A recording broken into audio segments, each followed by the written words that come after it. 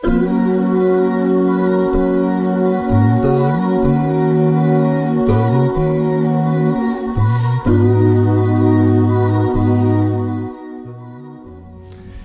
morning, or good afternoon, or whenever you are listening to the podcast. Welcome to What About Jesus with Green and JD. Yeah. With Gene and Grady. I am Grady. I'm Gene.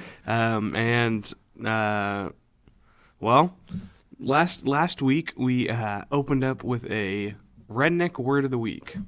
We're in Oklahoma. We're Southern. What's going on? Well, okay. How old were you when you moved from Dayton, Ohio to Oklahoma? Like 9 or 9. 10. So that was the time I moved from. That's how old I was when we moved from Michigan to Arkansas. Mm-hmm. Okay. That was probably pretty much a culture shock for you, wasn't it? Yes and no. Okay. We had family up here, so we come up here, 2 or 3 times a year. Okay, so I kind of knew. You might have known the lingo around here. For sure. But, in Arkansas, no way. I mean, if you wanted a Pepsi or a Coke or a Mountain Dew, in Michigan, you'd call it a pop. Mm-hmm. Okay, and I can't remember what Ohio calls it, but I think we call it soda. Soda. Yeah, okay. Soda. Well, then you go down to Arkansas, and then we go, "Hey, where's your pop at?" Mm-hmm. And the store goes, "What?" Mm-hmm. And they go, "Well, we don't have pop, but we have soda." And we go, "What's soda?" Mm-hmm. So there's this language barrier. Yeah, so depressing. Okay, so that's very depressing. So I thought about all the words that I had to learn, okay? And so the word today is interface. Okay? And typically we would think about what interfacing is, coming together, right? But no, not in the South. Okay. So here's the definition, or I should say, here's it used in a sentence in the South. Okay. He hit a fastball, and it went directly interface. Right in the face. Yes. So there you go. Because you might be in the South one day, and you'll need to know what these words mean when they start talking to you, and you're not going to sit there and go, huh? Right. So. Now, I will say, I think Arkansas lingo is probably worse than Oklahoma lingo. Oh, it is. Because, I lived in Texarkana for a year. Okay. It was just, and that's, lived in Arkansas. And it was, I don't know, it's like a different kind of South, because it's like a mixture of Louisiana South, and then it's moving into, kind of the Texas, so it's like a mixture of the Cajun accent, as well as just good old Southern accent. Yep. But it's funny because when we moved to Oklahoma, I remember everyone saying, like, "Man, Grady, like, you talk so weird when you moved here." Yeah. And I was just like, I don't really have an accent, and they're like, "Oh, you did." Yeah. And I just, like, there's always people saying that, Marley just talks so weird. And now I'm curious to go back to Ohio and just kind of see what them Ohioans sound like nowadays. But I don't know. We certainly didn't have a Southern twang to us, and I still have some tendency, like, I don't really ever say y'all. Like, I can't get myself to say y'all. I always just say you guys. Well, that's a northern. That's a northern. Yeah, I can't say. Every once in a while, I'll just say it just because it's faster to type. But other than that, so. Well, when I went back to Michigan for college, my freshman year, and graduated from high school in Arkansas, and they would ask me my name, and I would say Gene, right? And they would look at me and go, Jane? James? And I'm thinking, how in the world are you getting that out of Gene? Yeah. And then I realized what I was saying was Jane. Jane. I'm Jane Newberry. Jane. And so I learned to start saying my name with a smile. Gene. Yeah. Say Gene. There you go. So that's the Southern way of talking. And now we are in an Oklahoma where it's a mixture. You don't have a direct. And we're in the city. Yeah. So, like, we're kind of more central. Yeah, the only thing you have to learn around here is Coke. You want a Coke? Yeah. And what am I asking you? Any soda. Right. I learned that with Hannah. Like, that was really Texan. I learned. It's like Coke. Let's go get a Coke. It's like what? See, in Texas, that's what it is. I don't want a But Coke. in Oklahoma, I want a Dr. Pepper. In Oklahoma, if you want a Coke, you're going to get a Coke. Yeah. Working in the high school band concession stands, and someone would come up, hey, I want a Coke. And I'd go, you want a Texas Coke or do you want an Oklahoma Coke? Yeah. And they'll go, what's the difference? I go, well, Texas Coke, it could be root beer, it could be diet. It could be anything. Could be anything. But in Oklahoma, you want a Coke, you're going to get a Coke. Right. Right. So there's some things there, but let's talk about Sunday. Yeah.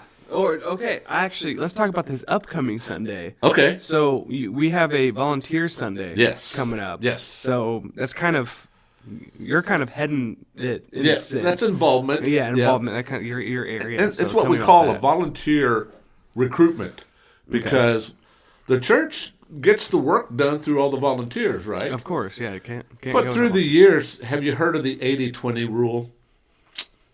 80% of the work gets done by 20% of the people. Yeah, and that needs to stop. You know, God doesn't.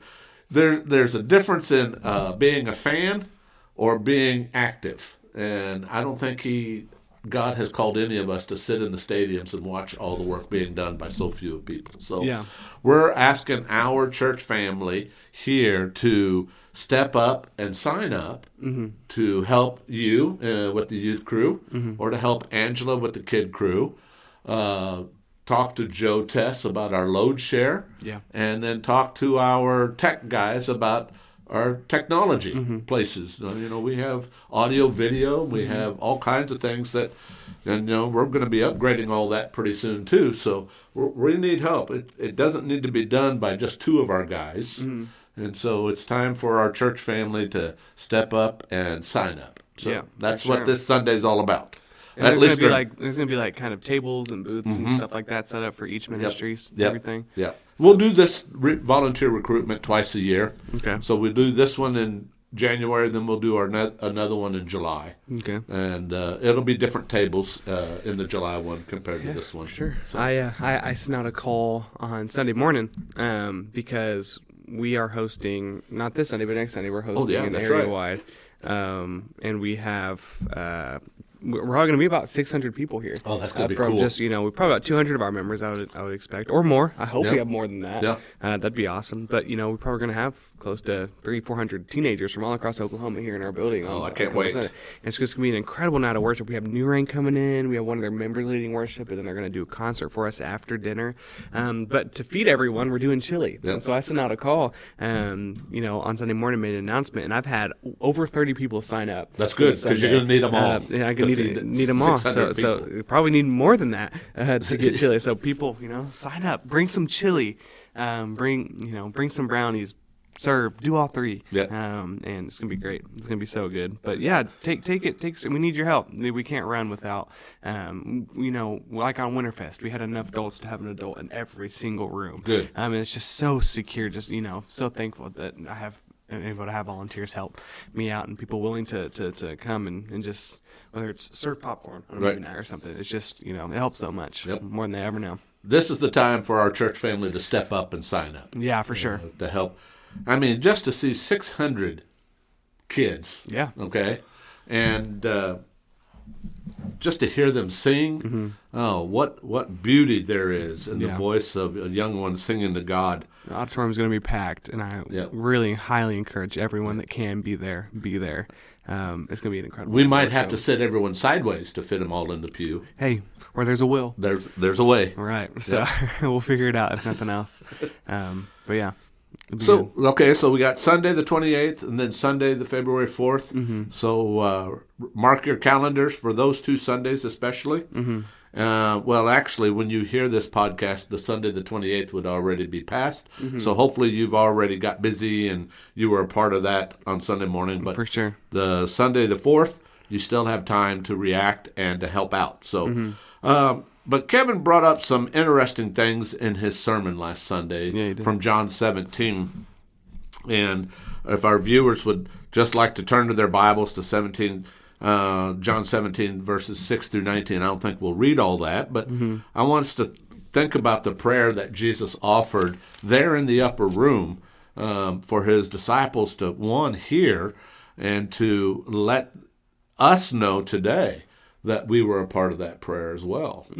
And so how do you think you are doing at being holy as God is holy? So I think we need to focus on that word holy, don't you? Yeah. Kevin brought up an interesting description of being holy versus being unholy. Do you recall what that was? His specific description? Yeah. You said it, and it has left my mind. Well, he said unholy was just basically being common, like everyone else. Okay? Everyone else in the world. Yeah. So for us to be holy, that's set apart, so that means to be uncommon. And so a lot of times we associate the word holy with righteousness and sinless, where unholy was sinful, but it's more just being common versus uncommon. And we are to be the uncommon. So it's okay to be a little different. It is. And you brought something up because it was discussed in the sermon about us and the world. Yeah, for sure. One of the questions that he asked was, as a Christian, am I worried about the things that people who don't claim Christ are worried about? Am I worried about those, again, just kind of rephrase, am I worried about the things that people who are not Christians worried about? Right. And that kind of stuck with me, and I was like, man, I am worried about the things, and I do get worried about the things a lot that people who don't claim Christ worry about. And I find myself, whether it's in prayer, whether it's in worship, like getting distracted, not intentionally, but it's easy to get distracted by things that aren't Christ. Right. And I think every Christian ever is guilty of this, being concerned by the things of the world when a lot of times, obviously God needs to be our main focus, and when He is, it just seems like everything else goes in line. Okay, so in regards to that, if we are caught up thinking about the things the world gets thinking about, how do we make that change to do better? What are going to be some ways that, since you brought it up, have you figured out some ways that you're going to have to change to do better? It's just more about keeping that on the forefront of my mind. So, if I'm worried about this, or if I'm worried about, let's just say, let's just throw out money. If I'm worried about money, or if I'm worried about, what people think about me, and all these things, that means that I'm not giving my trust and giving my, whether it's funds or something, it means I'm not giving up something to God.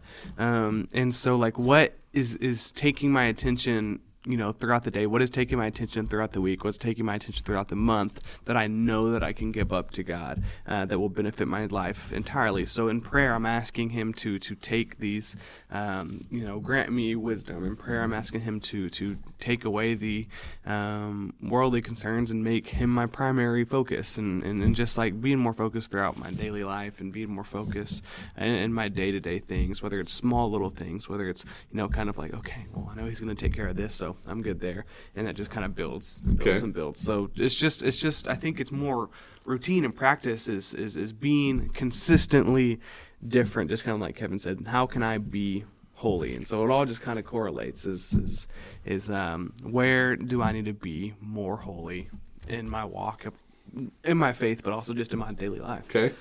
Can you imagine what the church would look like if we were all being holy as God is holy? To be uncommon versus common. It's just mind-boggling what the things that we could accomplish in God's name if we were all on the same page of being holy. Have you ever thought about that? Let's just run it back to the 80-20 rule. You Okay. know what I mean? Just people who, not that the 80% of people who aren't volunteering aren't holy. Right. That doesn't make you not holy. But if we're all working together for one purpose, how much more ministry, how much more mission work, how much more of His work can we do if everyone is on the same page in terms of their mindset and their holiness, Yeah. in their walk? Exactly. And I think the biggest key to that is staying in contact with one another throughout the week. Yeah, we're considered a big church, but we still could do a better job of staying in touch with one another and touching base and making sure that we are staying uncommon to the world to accomplish the work God has set forth for us to do. Because that was one of the things that Jesus prayed about there in verse 21, or 20 and 21, there in John 17. He says, I do not ask on behalf of these alone, which he was saying about his disciples. He says, but for those who believe in me through their word. That's us. Okay? That they may all be one, even as you, Father, are in me, and I am in you, and that they also may be in us, that the world may believe that you did send me. So we have a responsibility to one another to stay in contact, to stay encouraging, to strengthen our unity and that oneness. So practicing holiness is also going to bring about unity, which is going to be phenomenal for the church to stand firm with the world before us. Yeah, that's what Jesus is talking about in the 20 and 21, or 20 through 20, or 20 through 26, really. Yeah. Is his concern about unity of believers moving forward from that point on. And that's his prayer that is going out. You know, the vision of a completely unified people, all starting at this point, is you know, is huge. It's obviously the end goal for all things that the Christians stand for. Yeah, is complete unity. That's what that's what heaven is. So it's just complete there, unity, perfection. Okay, for God's purpose. So when that potential of division looms, we have the responsibility to respond in such a way by having people stay focused on who's to be at the center. And that's Jesus. Yeah. And so I hope our listeners and our viewers can understand the importance of practicing holiness by remembering we are to be uncommon to the world. And God wants us to be uncomfortable because he's wanting us to do his work. Because if we get comfortable in the things that we have and the things that we do, then love tends to grow cold. So we don't want to have our love grow cold. We want our holiness to be firm and our unity to be one. So any last thoughts from you? Yeah, I'll just send off with like the question that kind of Kevin asked. Am I holy, or am I fitting in? Okay. So we'll just kind of leave it with that, and that was, you know, kind of Kevin's closer to us on Sunday. Am I holy, or am I fitting in? That is a good thing to, let's close with that. So viewers, if you're watching us on YouTube, hit that like and subscribe button, and we'll be able to bring more videos to you. And to those of you that are listening to us on Spotify or whatever platform, we hope that you will join us again next week as we talk about Jesus and his work that he's got for us to do. So I say so long from Gene. See you later from Grady. Y'all, God bless.